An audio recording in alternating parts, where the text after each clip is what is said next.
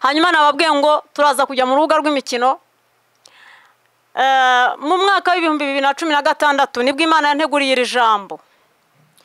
Hanyuma nababwiye ngo ni mu rubuga rw'imikino hari muri shampiyona y'umupira w'amaguru mu gihugu cy'u Rwanda.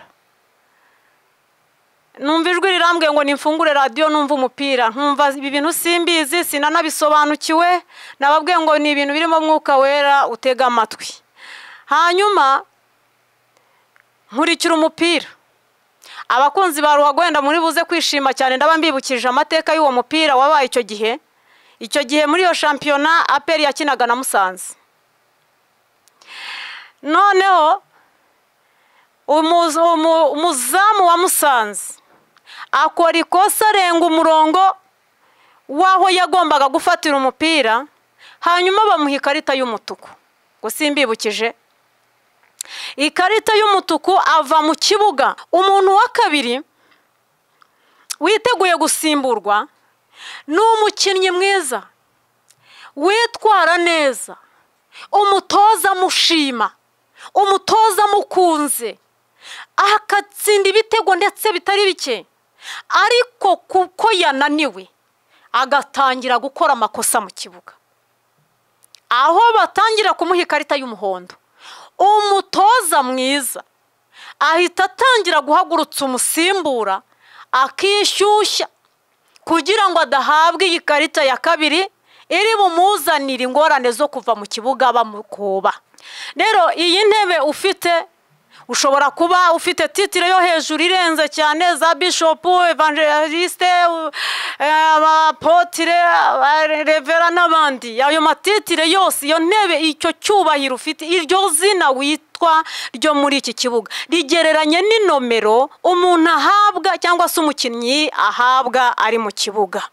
Ariko nkwibutsa ko nubwo uyu munsi uri uwo nguwo, nubwo uyu munsi ari jyewe uyu nguyu, inyuma yanjye, inyuma yawe hariho indi ntebe y'umusimbura. Sogongera wumve Yesu agira neza. Uyu ni umwanya w'ikiganiro Imbaraga mu ijambo. Muzamenya ukuri niko kuzaba batura. Ukuri kuri mu ijambo ry'Imana. Ni buri wa kane kuva 8:00 kugera 8:45 z'amanywa. Ni ikiganiro tuzajya tugezwaho n'abavuga butumwa batandukanye. Imbaraga z'ijambo. Ndabashuhuje mwese bakunzi ba Radio Mucyo, bakunzi b'ijambo ry'Imana, by'umwihariko mu kiganiro Imbaraga mu ijambo. Tugiye kuganira ijambo ry'Imana, giye ubasuhuza ni Evangeliste Janine Muhongerwa.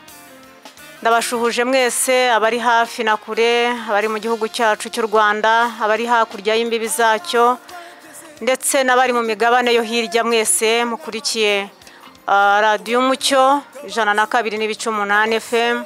Ndabashuhuje kandi mbifurije amahoro y'Imana mwese aho muherereye hose. Tugiye kuganira rero ijambo ry'Imana nkuko mumaze iminsi mubibona.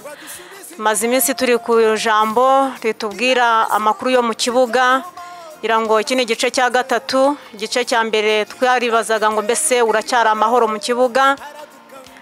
Igice cya kabiri twarabazaga ngo mbese nta byaha birimo gukorwa mu bantu barimo gukorera muri iki kibuga, kandi twasobanuye ikibuga icyo ari cyo. Ni ahantu twese dukoreye cyangwa se turimo gukorera umurimo w'Imana bijyanye n'umuhamagaro udukangurira kujya mu ijuru, cyangwa se duhamagarira abandi kujya mu nzira ijya mu ijuru. Rero iki kibuga turimo kwibaza ngo mbese ikiganiro giheruka twibaza ngo mbese nta byaha birimo gukorerwa muri iki kibuga kandi umuntu akabihisha cyangwa se agahisha ibimenyetso. Uyu mwanya rero tugiye kuganira ku ijambo ry'Imana. Mbere yuko mvuga intego, reka tubanze dusome iri jambo hanyuma nsenge dutangira ikiganiro neza. Tugiye kubanza dusome ijambo ry'Imana. Bushize twibanze mu rwandiko rwa mbere rwa Samweli, hanyuma mu bice 15, ariko uyu munsi turajya mu bice 16. Reka dusome uyu murongo, nidusoza dusenge hanyuma twinjire mu kiganiro. Ijambo ry'Imana riratubwiye mu rwandiko rwa mbere rwa Samweli, riratubwiye ngo bukeye Uwiteka abaza Samweli ati uzageza here kuririra Sawuli, reka mpasubire. Bukeye Uwiteka abaza Samweli ati uzageza he kuririra Sawuli kandi nanze ko aba umwami wa Isiraheli? Uzuza ihembe ryawe amavuta ngo utume kuri Yesayi w'i Betelehemu kuko niboneye umwami mu bahungu be. Umurongo wa 11 ndadusimbuke, aravuze ngo Samweli abaza Yesayi ati abana bawe bose naba? Aramusubiza ati hasigaye umuhererezi ariko aragiye intama. Samweli abwira Yesayi ati mutumire bamuzane kuko tutari bujye kurya ataraza. Nuko baramutumira amujyana mu nzu. Yari umuhungu w'inzobe ufite uburanga kandi w'igikundiro. Uwiteka aravuga ati haguruka umusukeho amavuta ni wuwo. Reka dusenga Imana. Nyagasani Imana yacu, turi imbere y'ubwiza bwawe, ducishije bugufi imitima yacu, ducishije bugufi ubwenge bwacu. Turakwinginze cyane kugira ngo utwemere kandi utwemerere kwegera ameza yawe. Tugiye kuganira ijambo ry'Imana, ari jyewe ugiye kugeza kuri bene data. Ungirire neza na bene data, ubaha umugisha wo gutega amatwi ijambo ryawe ndetse no kumvira ijambo, atari ugupfa kuryumva gusa, ahubwo ari ukugira ngo bakore iby'ijambo. Tugirire neza rero, Umwuka Wera azadushyigikire twese kugira ngo uyu mwanya duhawe we kudupfira ubusa twese, ari jye wigisha n'uwigishwa, twese tugabane ku mugisha wawe. Ntukundire ko hari irindi jwi ryose twumva atari rivuye mu bushake bwawe. Urakoze, turagushimiye mu izina rya Kristo Yesu, amen. Bene data, nari ndimo ntangira mbibutsa insanganyamatsiko tumaze iminsi tugenderaho, ariko twibaza na n'ubu turacyakomeje amakuru yo mu kibuga. Uyu munsi rero ni ijambo ryiza risobanutse ryo mu kibuga. Twarabisobanuye twibaza ngo mbese uracyari amahoro mu kibuga? Iki kibuga twarakivuze n'ubu umaze kugisobanura. Ikibuga ushobora kuba urimo gukiniraho, ushobora kuba ufite nimero muri icyo kibuga. Uyu munsi turasa n'abajya mu rubuga rw'imikino, ariko ndakwinginze utega amatwi ijambo ry'Imana kandi uze kuryumva ndetse uryumvire. Hanyuma iri jambo turimo kuganira ntabwo ari ijambo ritunguranye cyangwa se ritunguye Imana. Jyewe ntabwo nari nzi ko uyu munsi naba ndimo kurikubwira, ariko Imana yo yariteguye kera, ahubwo nyoberwa impamvu iriteguye muri ubu buryo, ariko uyu munsi ndimo ndagenda ndisobanukirwa kuko ari mu gihe. Iri jambo Imana yariteguye mu mwaka w'2016. Nababwiye ngo tugiye mu rubuga rw'imikino, kuko nanjye icyo gihe Imana yirintegurira yarijyanye mu rubuga rw'imikino, ariko kandi turaje tuvuge umukino, ariko kandi birimo Mwuka Wera. Nimuhumure, ntabwo biza kujya kure y'ijambo Imana ishaka kukubwira. Mbere rero yuko tuvuga iyi ntego, mbere yuko tujya mu rubuga rw'imikino, reka mbivuge gutyo, ririmo Mwuka Wera muze kubyumva. Reka twongereho irindi jambo riri mu rwandiko Pawulo yandikiye Abakorinto, ibice byaho 9, hanyuma dusome wenda umurongo wa 16 n'uwa 17. Ntacyo bitwaye, wenda tugeze ku wa 19. Aravuze ngo iyo mbwiriza ubutumwa singira icyo nirata, kuko ari byo mpatirwa gukora, ndetse ntavuze ubutumwa nabona ishyano. Iyo mbikora mbikunze ndagororerwa, ariko iyo mbikora ngo nonwa mbitewe gusa nuko mpawe ubusonga. Ahantu muhumve cyane, nzagororerwa iki? Nuko rero iyo mvuga ubutumwa mbuvuga ku buntu, ntakurikije rwose ubutware bwanjye bw'ububwiriza butumwa, nubwo kuri bose ndi uw'umudendezo, nihinduye imbata ya bose kugira ngo ndusheho kunguka benshi. Amen. Tugiye kuganira rero ijambo rivuga rifite intego ivuga ngo intebe yose umuntu yicayeho inyuma yayo hariyo umusimbura. Intebe yose umuntu yicayeho inyuma yayo hariyo umusimbura. Iyi ntebe ndimo kuvuga ni y'ibibera muri iki kibuga cy'abagenzi ba Gisiyoni twavuze, twakomeje kuvuga. Intebe yose ushobora kuba wicaye ku ntebe itandukanye n'iyundi, ariko ndavuga intebe wicayeho, nagira ngo nkwibutse yuko inyuma yayo hari intebe y'umusimbura. Uyu ubari imbere cyangwa se urimo kuvuga mwumva, iyi ntebe nicayeho atari yo muri studio, ariko iyi yatumye nza y'ubuvugabutumwa bwiza. Iyi ni intebe mpawe, ariko kandi nasimbuyeho benshi batambutse muri iki kibuga, kandi nanjye uraha niteguye gusimburwa. Mfite amakuru ko inyuma yanjye hari umuntu urimo kwishyushya, nshobora kwitwara neza mu kibuga nkakivamo, iki kibuga kikicarwamo n'undi. Kwitwara nabi iki kibuga nkaba nakivamo, ariko iki kibuga gifite undi musimbura. Nje kukwibutsa ko intebe yose umuntu yicayeho inyuma yayo hari umusimbura. Rero iyi ntebe ufite, ushobora kuba ufite titire yo hejuru irenze cyane, za bishop, evangeliste, abapotre, revera n'abandi. Ayo matitire yose, iyo ntebe, icyo cyubahiro ufite, iryo zina witwa ryo muri iki kibuga rigereranye n'inomero umuntu ahabwa cyangwa se umukinnyi ahabwa ari mu kibuga. Ariko nkwibutsa ko nubwo uyu munsi uri uwo nguwo, nubwo uyu munsi ari jyewe uyu nguyu, inyuma yanjye, inyuma yawe hariho indi ntebe y'umusimbura. Hanyuma nababwiye ngo turaza kujya mu rubuga rw'imikino. Mu mwaka w'ibihumbi 2016 nibwo Imana yanteguriye iri jambo. Hanyuma nababwiye ngo ni mu rubuga rw'imikino, hari muri shampiyona y'umupira w'amaguru mu gihugu cy'u Rwanda. Numva ijwi rirambwiye ngo nimfungure radio numva umupira, nkumva ibi bintu simbizi, sinanabisobanukiwe. Nababwiye ngo ni ibintu birimo Mwuka Wera, utega amatwi. Hanyuma nkurikira umupira. Abakunzi ba Ruhago wenda muri buze kwishima cyane, ndaba mbibukije amateka y'uwo mupira wabaye icyo gihe. Icyo gihe muri iyo shampiyona APR yakinaga na Musanze. Noneho umuzamu wa Musanze akora ikosa, arenga umurongo waho yagombaga gufatira umupira, hanyuma bamuha ikarita y'umutuku.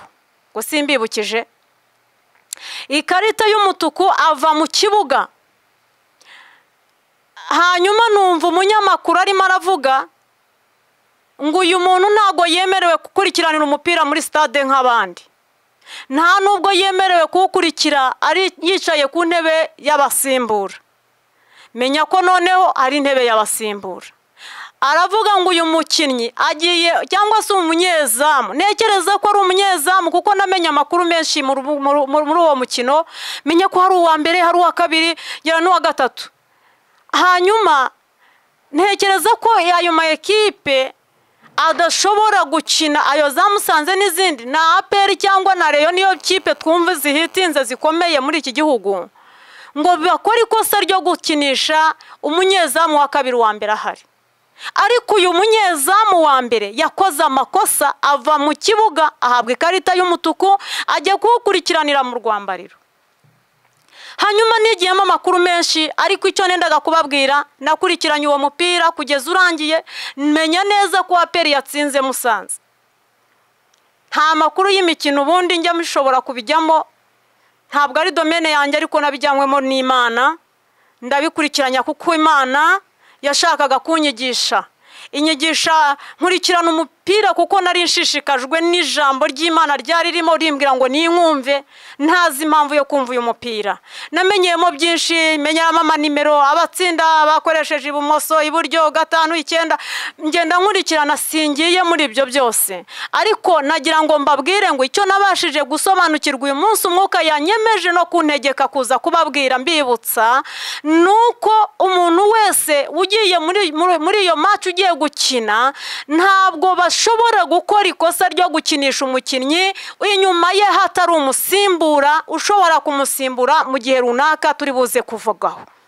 Rero nje kukwibutsa, uyu munsi ushobora kuba umeze n'uwagereranywa n'uyu munyezamu nomero ya mbere, ariko ukaba witwa mbese umuntu rurangiranwa ukomeye, uzwi cyane, wamenyekanye ndetse hafi na kure, ukoreshwa n'ibitangaza byinshi, ariko nkuzaniye inkuru nkubwira ngo witondere iyi ntebe wicayeho kuko inyuma yayo hari umusimbura.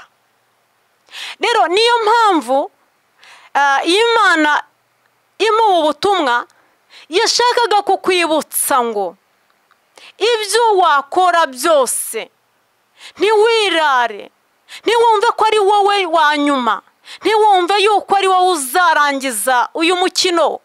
Iki kibuga cyakiniwemo n'abandi, imfura zatashye zabaye intwari, zitwaye neza mu kibuga, hari n'abandi bitwaye nabi mu kibuga.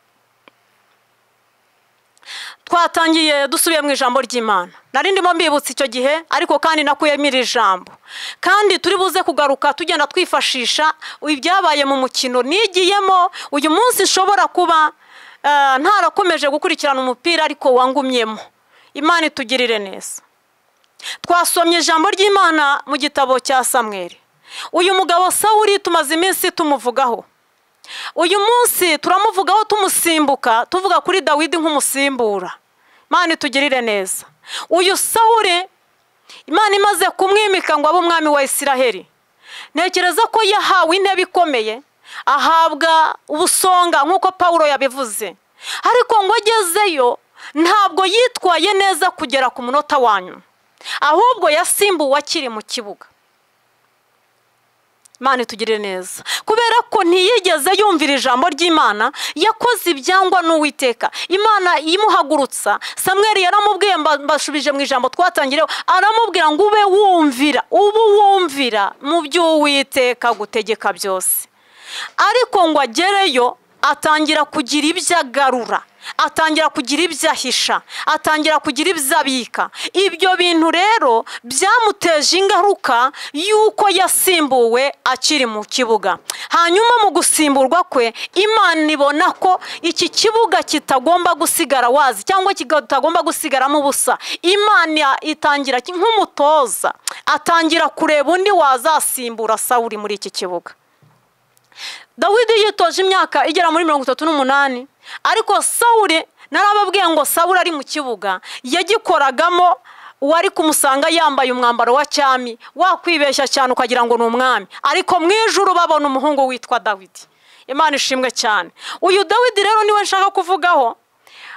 Ngo Samweli Imana iramubwira ngo wokongera kuririra Sawuli, namaze kumwanga, ntakiri umwami wa Isiraheli, ahubwo i Betelehemu nabonyeyo umugabo witwa Yesayi ufite umuhungu ugiye kuba umwami. Ubaka kanya ingoma namaze kuyimuha, genda igisigaye umusukeho amavuta, kuko ingoma yayitsindiye, ubu niwe ugiye gusimbura Sawuli. Dawidi ngo yiberaga mu ishyamba. Samweli ngo aragenda ajya kwa Yesayi, aramubwira ati nzanira abahungu bawe hano, hari umuntu Imana yabonyemo ko azaba umwami. Hanyuma umugabo witwa Yesayi arishima. Nawe tekereza kumva ko mu bahungu bawe habonetsemo umwami. Arabazana, arabaprotokora, ba Aminadabu, ba Shama n'abandi barabaprotokora. Ariko muri uko kubaprotokora, Dawidi we yari mu ishyamba.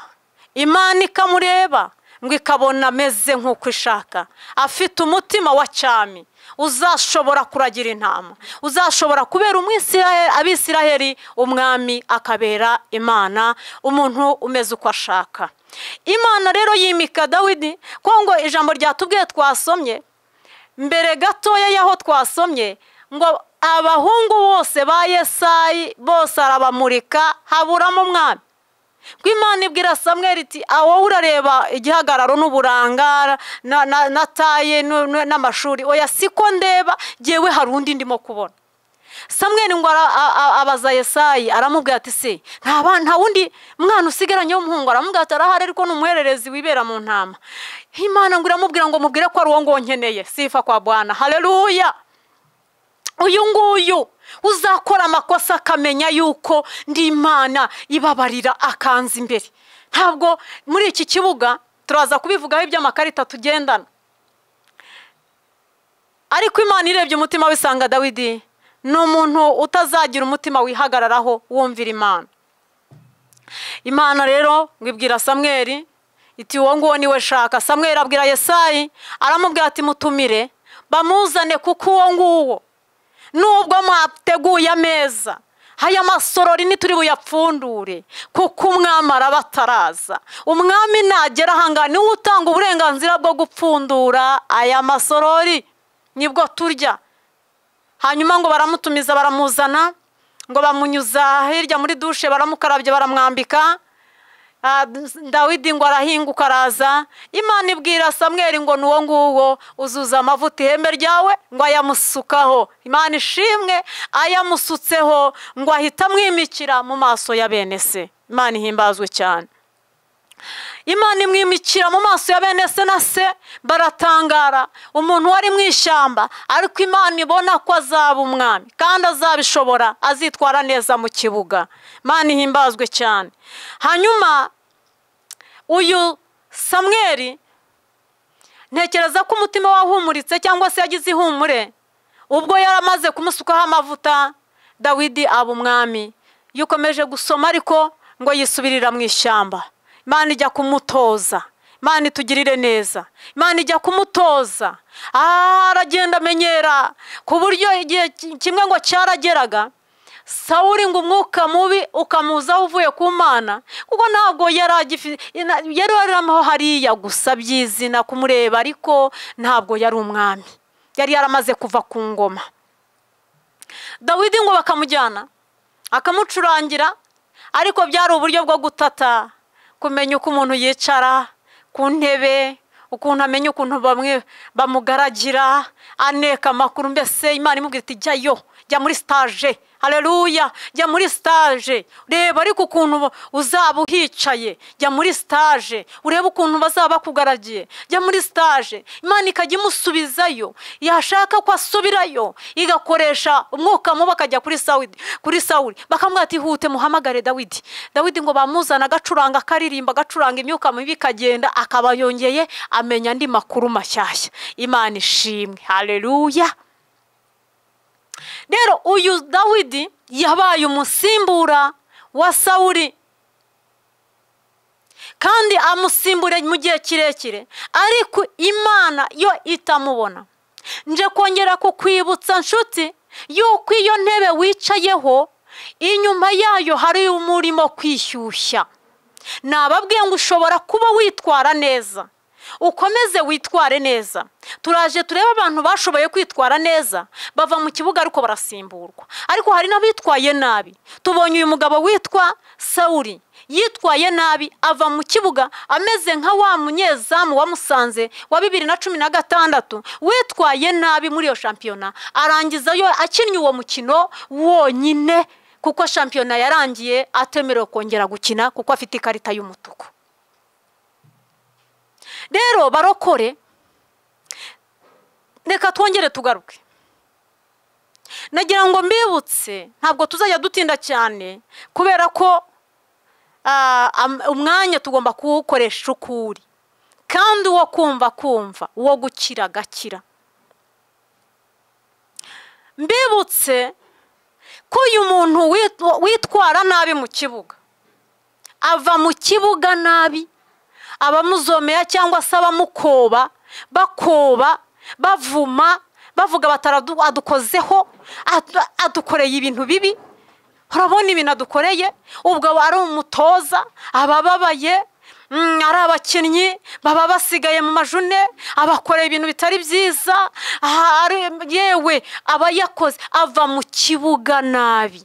Ava mu kibuga nabi, yitwaye nabi, nta muntu cyokora bavuga bati genda udukozeho. Imana izakurinde kuva ku ntebe Imana yagushyizeho bakubwira ngo udukozeho, genda tuvire mu kibuga. Uyu ni umuntu wa mbere witeguye gusimburwa.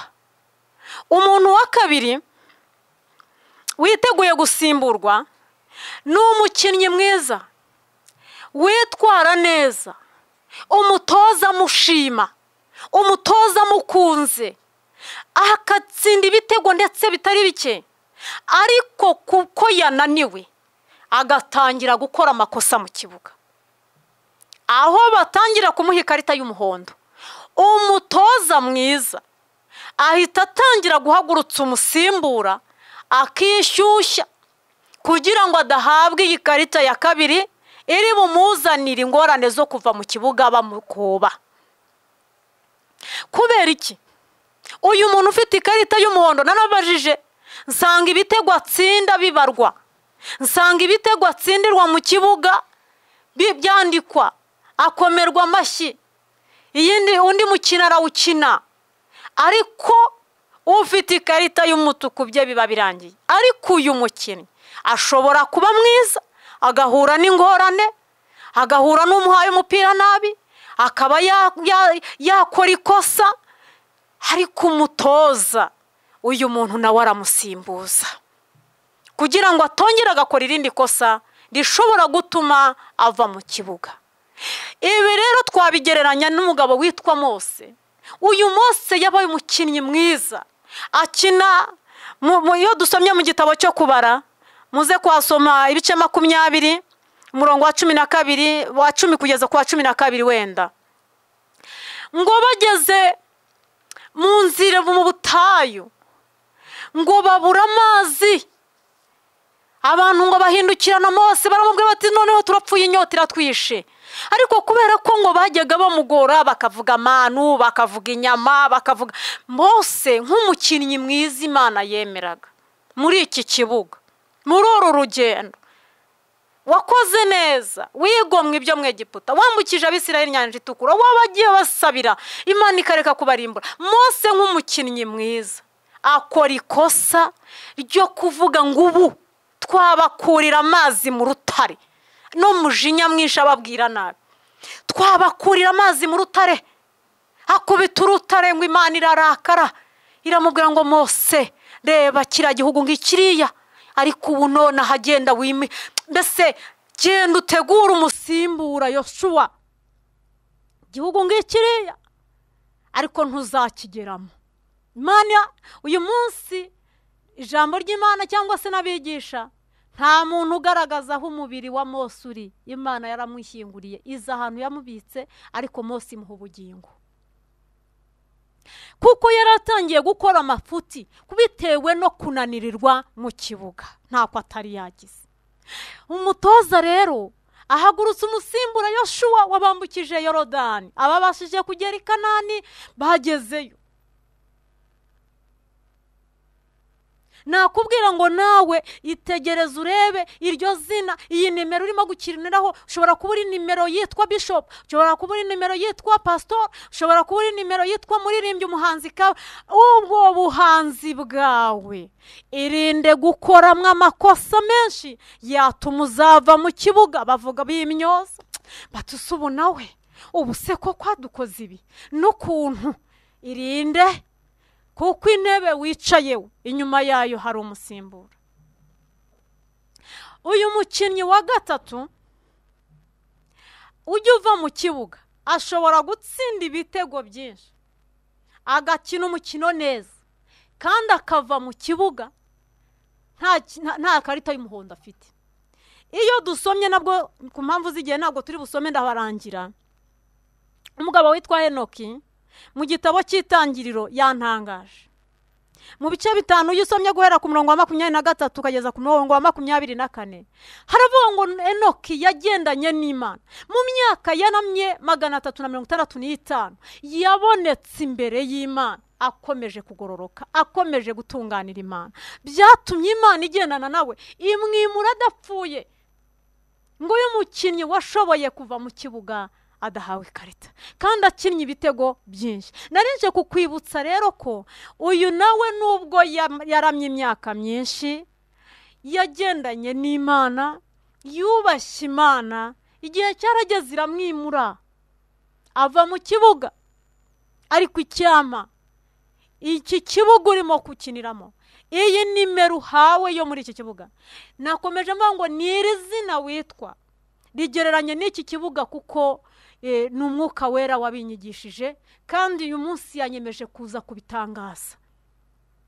Uyu munsi ushobora kuba umuvugabutumwa nkanjye, ushobora kuba umuririmbyi, ushobora kuba perezida wa korari, ushobora kuba dirije wa korari. Iryo zina uhawe irinde kurikoreraho amakosa azatuma uva mu kibuga bakuzomera cyangwa bagukoba. Ahubwo witware neza, wibuke yuko inyuma yawe hari umusimbura. Imana itugirire neza. Abantu benshi ijambo nk'iri ngiri abantu benshi ntibakunze kuryumva, ariko abo ribwira, uwo rishaka kugarura aba yaryumvise. Imana ibahaye, reka mvugane n'abantu bafite amatitire yo hejuru Imana yantumyeho. Imana iguhaye ubutware, iguhaye iryo titire cyangwa ubwo busonga Pawulo yavuze, ariko tekereza neza, uyu munsi birimo birungura iki Kristo? Ese uyu munsi y'intebe ntabwo irimo kukungura wowe ubwawe?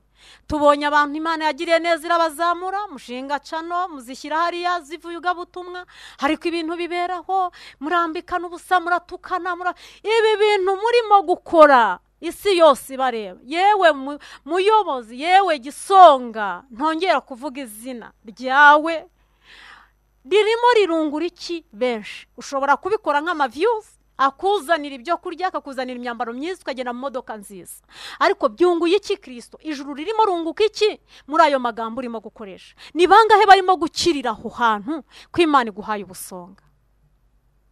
Imana ko iguhaye ubusonga, ni bande bakiriye aho hantu?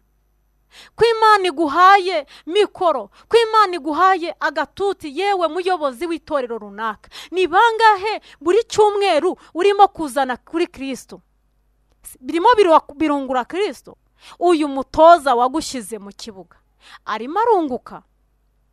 Ese ikipe murimo gukinana, iyo byibura urimo urayereka urugero rwiza, ntuzaniye inkuru ivuga ngo inyuma yawe hariyo umusimbura, kandi naguhaye urugero rwiza. Niwitwara neza uzava mu kibuga neza, kandi uzakivamo, kuko inyuma umusimbura arimo aritoza, arishyushya. Ariko nunitwara nabi muri iki kibuga, wibuke yuko uko byasa kose Imana irakicaye ku ntebe y'imbabazi. Nubwo hari abantu mufite amakarita y'umutuku Imana yatumye irimo kuvuga, kandi inshuti we urimo kunkurikira, ntutangire kuvuga ngo ariko buriya si runaka abwira, ariko runaka dusengana yumvise iri jambo. Oya, iri jambo wirihindura igitiyo, ryishyiraho nk'isuku y'umuntu ahinga yizanaho. Mana yakuntumyeho wowe, ntabwo yantumye kuri runaka. Ni wowe urimo kunyumva, n'uzanyumva, n'uzakurikira iki kiganiro. Nagira ngo nkubwire ngo wihindure ijambo nk'igitiyo rijugunyira runaka, yaba yaryumvise, ahubwo wowe uryumvise. Uyu munsi uracyari amahoro mu kibuga. Ese ko nkubwiye ko inyuma yawe Imana yambwiye ko hari umusimbura urimo kwishyushya, nubwo Mose yakoze amakosa, ariko Yoshua yarahari. Imana iramubwira ngo Yoshua, mugaragu wanjye Mose ntakiriho, ariko uyu munsi ngiye kugutonesha, ngiye kugukuza muri bene so, ngo ubumwa ubakoreshe, ubayobore nk'uko Mose yagendanye nabo. Wowe uyu munsi urimo kunyumva, uracyari amahoro mu kibuga? Ni bangahe Pawulo yavuze ngo ibyo byose ngo mihindura uwo mudendezo, mbese nkihindura uko abantu bashaka komba kugira ngo nunguke benshi. Ijambo ry'Imana ryarambwiye ngo nimunyumvira by'ukuri, mukitondera ijambo ryanjye, muzambera amaronko. Uyu munsi turimo turaronkera Kristo cyangwa turimo turironkera? Mana tugirire neza. Pawulo yandikira Timoteyo, yaramubwiye ngo abantu bo muri iyi minsi ngo bazaba badashaka kumva ijambo ry'ukuri, bishakira abigisha bajyanye n'irari ryabo, bazigwirizaho ndetse aho umuntu ashobora gukora ikosa, ariko umuhanuzi akavuga ati Uwiteka arakwemera, n'ikimenyimenya guhaye viza arakujyanye, nawe ukishima kandi ubizi ibyo wakoze. Urabizi ko urimo kurya iby'imfubyi n'abapfakazi, urabizi ko urimo kugenda uroha abantu mu byaha aho kugira ngo ubwire abantu ijambo ribabatura. Ikirango cy'iki kiganiro kiravuga ngo muzamenye ukuri kandi ukuri niko kuzababatura. Abantu babuze ukuri, murimo muratubwira ibintu by'amaviza, murimo muratubwira ibintu by'amamodo, murimo muratubwira iby'abagore beza n'abagabo. Ibi bintu byunguye ki? Kristo ijuru ririmo rirunguka iki? Ariko wowe unyumva, niwumva ijwi ry'Imana ntiwinangire umutima, kuko niwumvira uzarya ibyiza byo mu gihugu. Ariko niwanga ukagoma, inkota y'Uwiteka izakurya, kuko ari kanwa k'Uwiteka ariko kabivuze. Mbese wowe ubundi ubu muri iyo myanya wicayemo, muri iryo zina wicayeho, urumva ni usimburwa? Erega reka mbabwire mwamfuramwe, njya nkunda kubwira abantu ngo imperuka ishobora gutinda, ariko urupfu ntirutinde, rwakwihutisha. Ariko uyu munsi garukira aho ngaho, kandi mbazaniye indi nkuru nziza. Nubwo umuntu yaba yarakoze amakosa menshi, Sawuli yabuze amahirwe yo kwihana igihe yakururaga Samweli ngo agiye kwatura bitagikunze.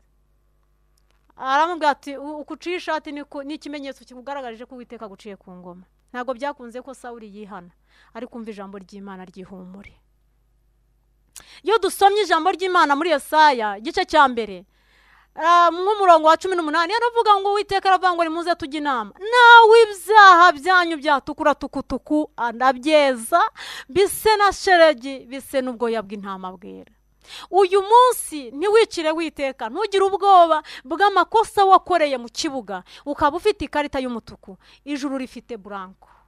Niba uyu munsi umwana w'umuntu ashobora guhanagura ibyo yari yanditse agafata blanco agahanagura, nubwo ho hajya hasigara, ijuru ryambwiye ngo mbahumurize, nubwo ho hajya hasigara ibimenyetso bigaragara ko hari icyari cyanditse bakagisiba, mu ijuru iyo basibye baba basibye. Haleluya.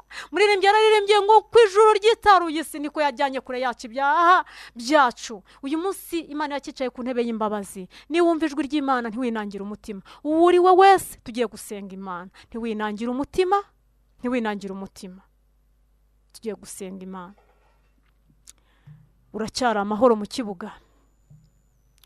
Uyu munsi ko tumenye neza ko umusimbura hari kandi nta kabuza. Uyu munsi wava mu kibuga bakoma amashyi bavuga bati bravo, nta kibazo witwaye neza mu kibuga, ijuru ryishimiye kukwakira rivuga riti ariko ntacyo mwana wanjye warwanye intambara nziza. Uyu munsi waba urimo kubigenza neza, ariko tugiye kubaha umwanya. Umuntu wumva ashaka ko Imana ifata blanco y'ijuru igahanagura ibyo yakoze, araduhamagara. Tugiye kubaha nimero, wenda hari abatazifite, 0787 10 66 24. Izo ni numero za Radio Umucyo. Radio Umucyo, alo? Yewe mukozi w'Imana. Yesu ashimwe cyane. Ndagira mu sengere nanjye Imana imbabarire icyaha cy'ubusambanyi. Imana y'amahoro ikubabarira icyaha cy'ubusambanyi. Babazi z'Imana ziracyahari. Yego. Radio Umucyo, alo? Alo? Alo? Oui, alo? Muraho neza mukozi w'Imana. Muraho. Imana imbabarire icyaha cy'ubusambanyi. Imana ikubabarira ikweze, kandi utandukane nacyo rwose. Alo? Alo? Neza mukozi w'Imana. Uraho, Yesu ashimwe. Yesu nahimbazwe, numvise ijambo ryiza. Nanjye ndagira ngo munsengere, nari umukristo ndagwa. Ariko ndumva ashaka kubyuka. Yego. Nibase mu byaha by'ubusambanyi. Ndagira ngo munsengere Imana inkize rwose. Ndumva ashaka gukiza, ni wowe yaje ishaka, humura kandi ugarutse rwose, usubire mu itorero ukora imirimo nk'iyo wakoraga. Ijuru ryazanye imbabazi zidasanzwe ku buzima bwawe. Amen. Yesu aguha umugisha. Murakoze namwe. Yego. Alo? Alo? Oui, alo? Neza. Uraho? Yesu nashimwe. Iteka ryose.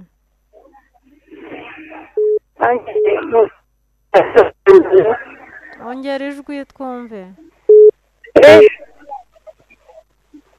Halo. Oui. Musenye cy'ubusambanyi. Imana ikubabarire. Kandi narabatijwe nsengero bahita bazifunga cyane n'iyanjye ndagisubira. Kandi musengere no kwanga abavandimwe. Cyane kwijojota. Yego turagusengera gusa usubire mu nzira neza kandi wihanire kureka kuko ntabwo wamenye igihe cyawe usigaje uko cyaba kingana. Imana iguhaye amahirwe ngo wongere wandikwe mu gitabo cy'ubugingo. Ntiwitesha aya mahirwe Imana iguhaye. Imana inkureho ikarande y'inyatsi yo gushaka urugo. Nashatse urugo rwa mbere rurananira umugabo akajya bamufunga nduvamo njya mu rundi none urundi narwo umugabo baramufunze. Yego turagusengera musengero kandi murakoze. Yego twakira umuntu umwe hanyuma turaza kubaha nimero muza kutwandikiraho. Radio Mucyaro. Alo. Oui, alo. Muraho neza. Ongera ijwi. Alo. Oui, alo. Mana mwijoro nanjye mbabazi cyo kwikinisha. Yego Imana ikubabarire rwose. Kandi nyambika imbaraga mu bicuku bya nijoro. Yego. Kandi ubizinukwe rwose turaje tubasengera Imana. Yeah. Murakoze cyane.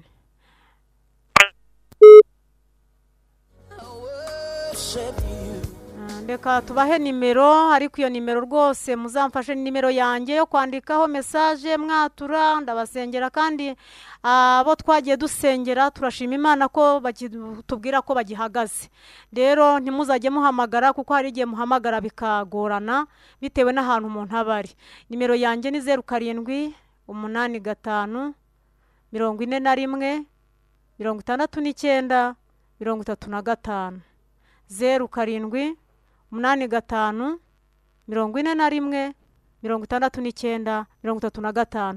Muzajye mwandika message nibwo mbona umwanya wo kubasengera no kwaturira Imana ibyaha byanyu. Reka rero mbasengera Imana. Mana yacu uri uwo kwizerwa, uri uwo kwiringirwa ibihe byose. Turagushimiye kubw'umwanya mwiza w'ijambo uduhaye kugira ngo wongere ukebure imitima yacu.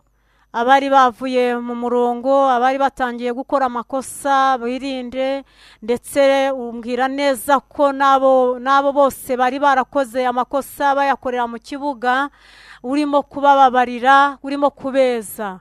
Habonetse abasabye imbabazi z'ibyaha baguyemo by'ubusambanyi n'ibindi byose mu izina rya Yesu. Reka aba bantu imbabazi zawe zibataheho, kandi ubwo uza kugirira neza abakunzi bawe babone ikimenyetso cy'imbabazi, bagirire neza. Shoboze n'abandi bose, hari abahamagaye ntibyakunda, hari ababuze uko bahamagara, ariko aka kanya turabingingiye mu izina rya Yesu kugira ngo nawe imbabazi zawe zibasange. Buri muntu wese uteze amatwi iki kiganiro n'uzagikurikira akumva ijambo ryawe agaca bugufi uwo ari we wese, Mwana musabiye imbabazi. Umugisha Radio Mucyo, umugisha abayobozi ba Radio Mucyo, ubagurira imbago kugira ngo ndetse twamenye ku makuru yuko hari ahantu ngo badafite antenne batagezayo cyangwa se network zitagerayo, ariko ubushobozi bwawe ndabusabye kugira ngo buboneke,